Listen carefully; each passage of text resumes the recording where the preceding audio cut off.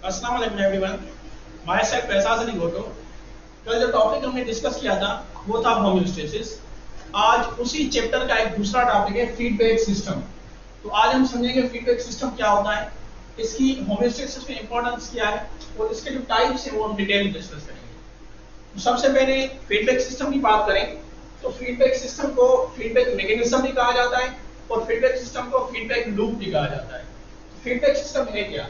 सबसे पहले biological mechanism where homeostasis is maintained, that is called feedback. Feedback system क्या है? एक बायोलॉजिकल मैकेनिज्म है, एक बायोलॉजिकल प्रोसेस है जो क्या करता है, होम्योस्टेसिस को मेंटेन करने में हेल्प करता है।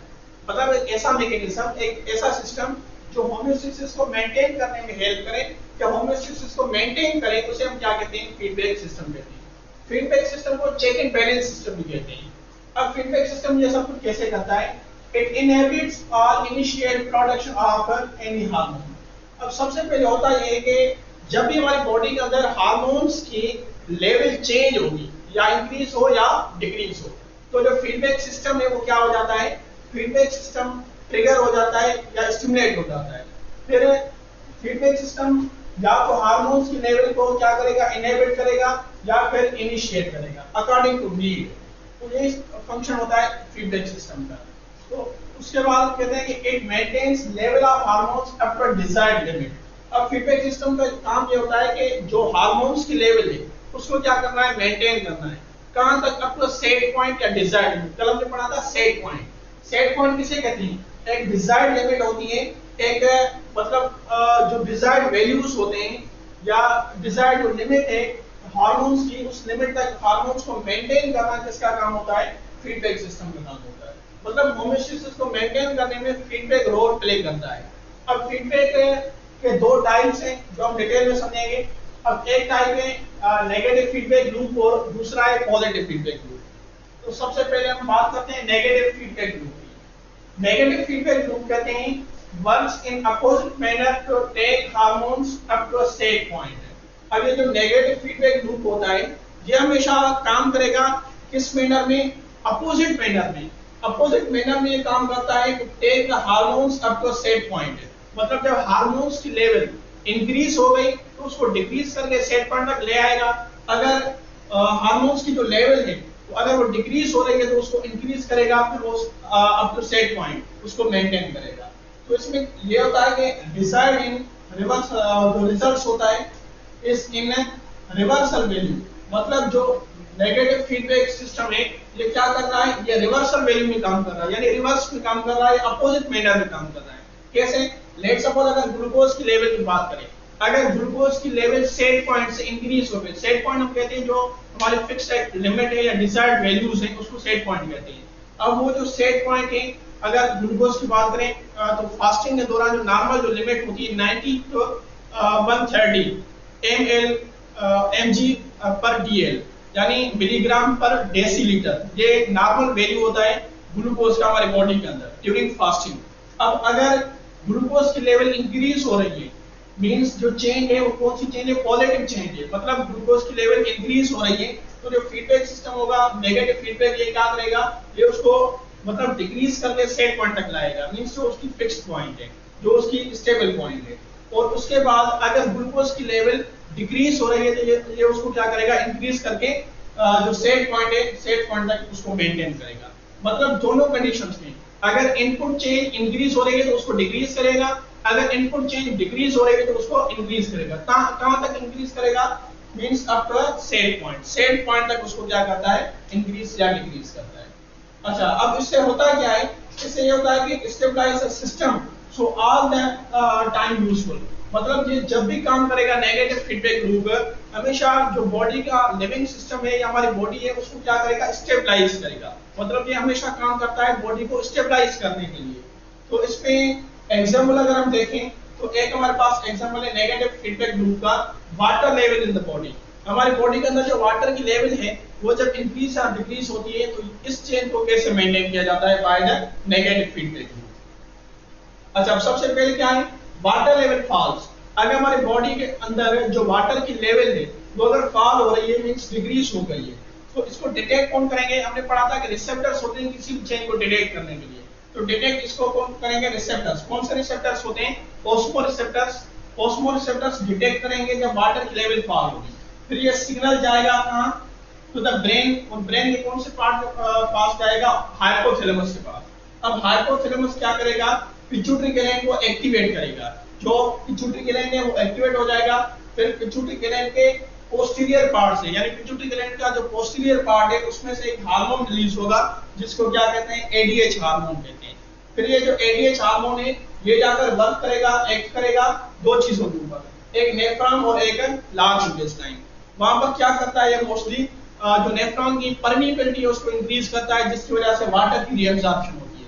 तो लार्ज इंटेस्टाइन के अंदर और नेफ्रॉन के अंदर वाटर की रीअब्जॉर्प्शन होगी और हमारी बॉडी के अंदर जो वाटर की लिमिट है वो क्या हो जाएगी, वो मेंटेन हो जाएगी। मतलब जो वाटर की लेवल है वो up to the set point आ जाएगी। तो ये एक नेगेटिव फीडबैक सिस्टम का एक एग्जांपल है।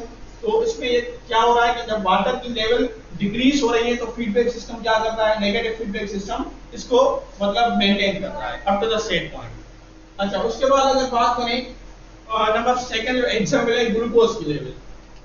अभी हमने कहा कि जो ग्लूकोज की लेवल होती है वो 90 से 130 mg पर डेसीलीटर। डेसीलीटर एक यूनिट है, means 1/10 of the litre, decilitre. अब ये हम बात करें फास्टिंग के दौरान, बिफोर ईटिंग। अच्छा, ये जो ग्लूकोज का वैल्यू है ये इसकी डिजायर्ड लिमिट है, डिजायर्ड वैल्यू है या सेट पॉइंट है। जब भी इसमें चेंज आएगी मतलब ग्लूकोज की लेवल क्या हो गई, इंक्रीज हो गई, मतलब पॉजिटिव चेंज आई इसमें, इनपुट चेंज इंक्रीज हुई, तो फिर ये मैसेज जाएगा कहाँ, पेनक्रियास के पास। जो पेनक्रियास ग्लैंड है वो क्या करता है, इंसुलिन हार्मोन सीक्रेट करता है। इंसुलिन हार्मोन जो एक्स्ट्रा ग्लूकोज है उसको ग्लाइकोजन में कन्वर्ट कर देगा और जो ग्लूकोज की लेवल है वो क्या हो जाएगी, डिक्रीज हो जाएगी। अच्छा, अगर ग्लूकोज की लेवल अगर डिक्रीज हो रही है, ग्लूकोज की जो लेवल है वो डिक्रीज हो रही है, मींस कौन सी चेन है, इधर जो चेन है ये मतलब जो नेगेटिव चेंज है, मतलब जो इनपुट वैल्यूज है वो क्या हो रही है, डिक्रीज हो रही है। तो ये भी मैसेज जाएगा पेनक्रियास के पास। फिर पेनक्रियास और जो हार्मोन सीक्रेट करेगा जिसको ग्लूकेगॉन हार्मोन कहते हैं।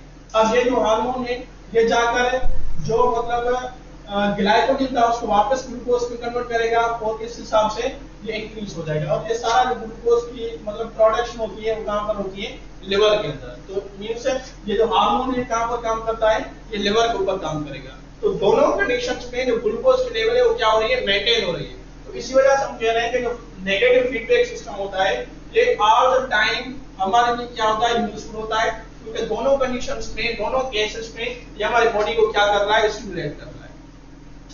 अच्छा, ये हो गया नेगेटिव फीडबैक। उसके बाद अगर पॉजिटिव फीडबैक लूप की बात करें तो positive feedback loop works in positive manner. ये किस मैनर में काम करता है, पॉजिटिव मैनर में।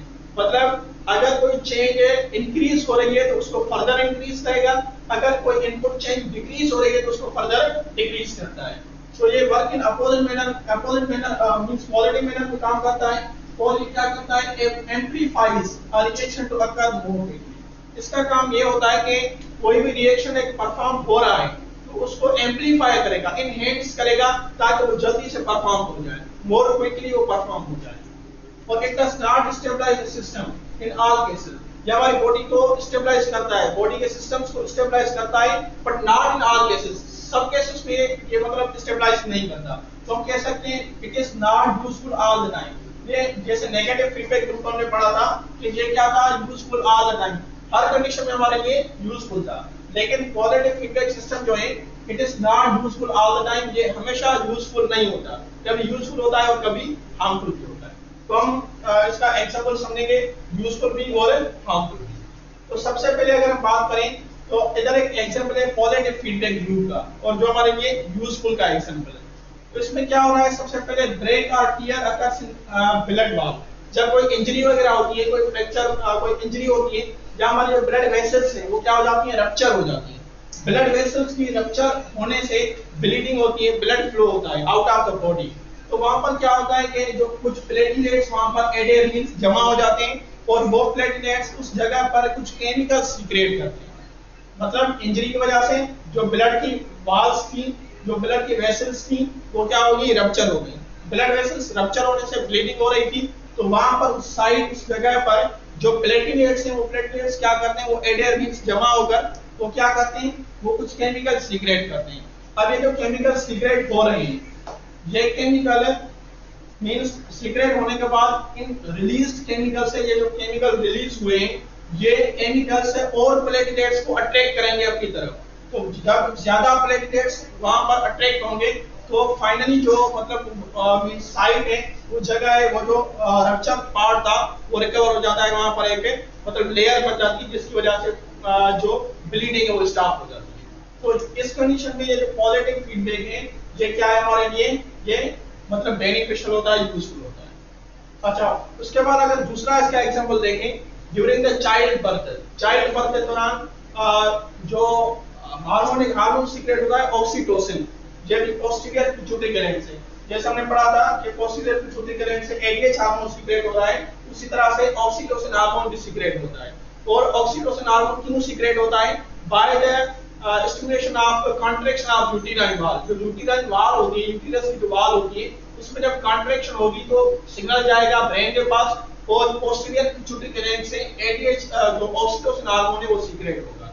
अब ये ऑक्सीटोसिन हार्मोन फर्दर उस कॉन्ट्रैक्शन को एनहांस करेगा, कॉन्ट्रैक्शन को प्रमोट करेगा।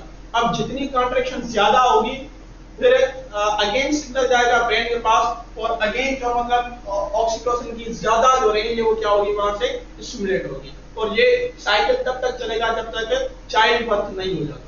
तो इस कंडीशन में ये भी हमारे लिए एक एग्जांपल बन गया, मतलब यूजफुल पॉजिटिव फीडबैक लूप का।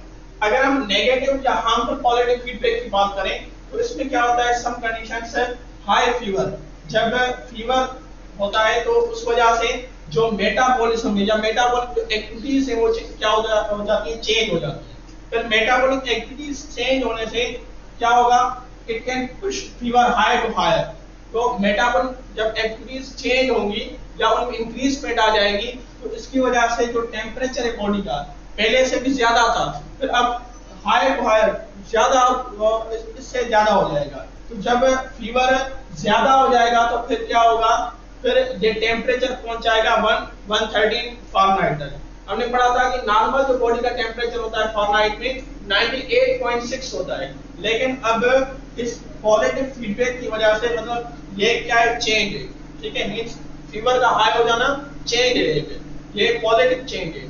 फिर फीडबैक सिस्टम क्या कर रहा है, इसको फर्दर इंक्रीज कर रहा है। होना तो ये चाहिए था कि अगर बॉडी का टेम्परेचर इंक्रीज हो रहा है तो फीडबैक सिस्टम इसको क्या करता है, इसको डिक्रीज करता है, लेकिन हमने पढ़ा था कि पॉजिटिव फीडबैक है, पॉजिटिव मैनर में काम करता है। मींस अगर चेंज इंक्रीज हुई है तो फर्दर उसको क्या करेगा, इंक्रीज करेगा। जब बॉडी का टेम्परेचर फर्दर इंक्रीज होगा तो ये टेम्परेचर 113 फारेनहाइट तक पहुंच जाएगा। अब ये इतना ज्यादा टेम्परेचर है जहां पर जो सेलुलर प्रोटीन्स हैं वो काम करना बंद कर देती हैं, जो मेटाबॉलिक जो रिएक्शंस हो रहे हैं, मेटाबॉलिज्म हो रही है, वो स्टॉप हो जाती है, और उसके बाद इवन डेथ भी काज हो सकती है। तो ये आज का लेक्चर था जिसमें फीडबैक सिस्टम को समझा और उसके टाइप्स वगैरह। तो अगर इसमें से कोई बात आपको समझ नहीं आई तो आप कमेंट सेक्शन में पूछ सकते हैं। Thank you.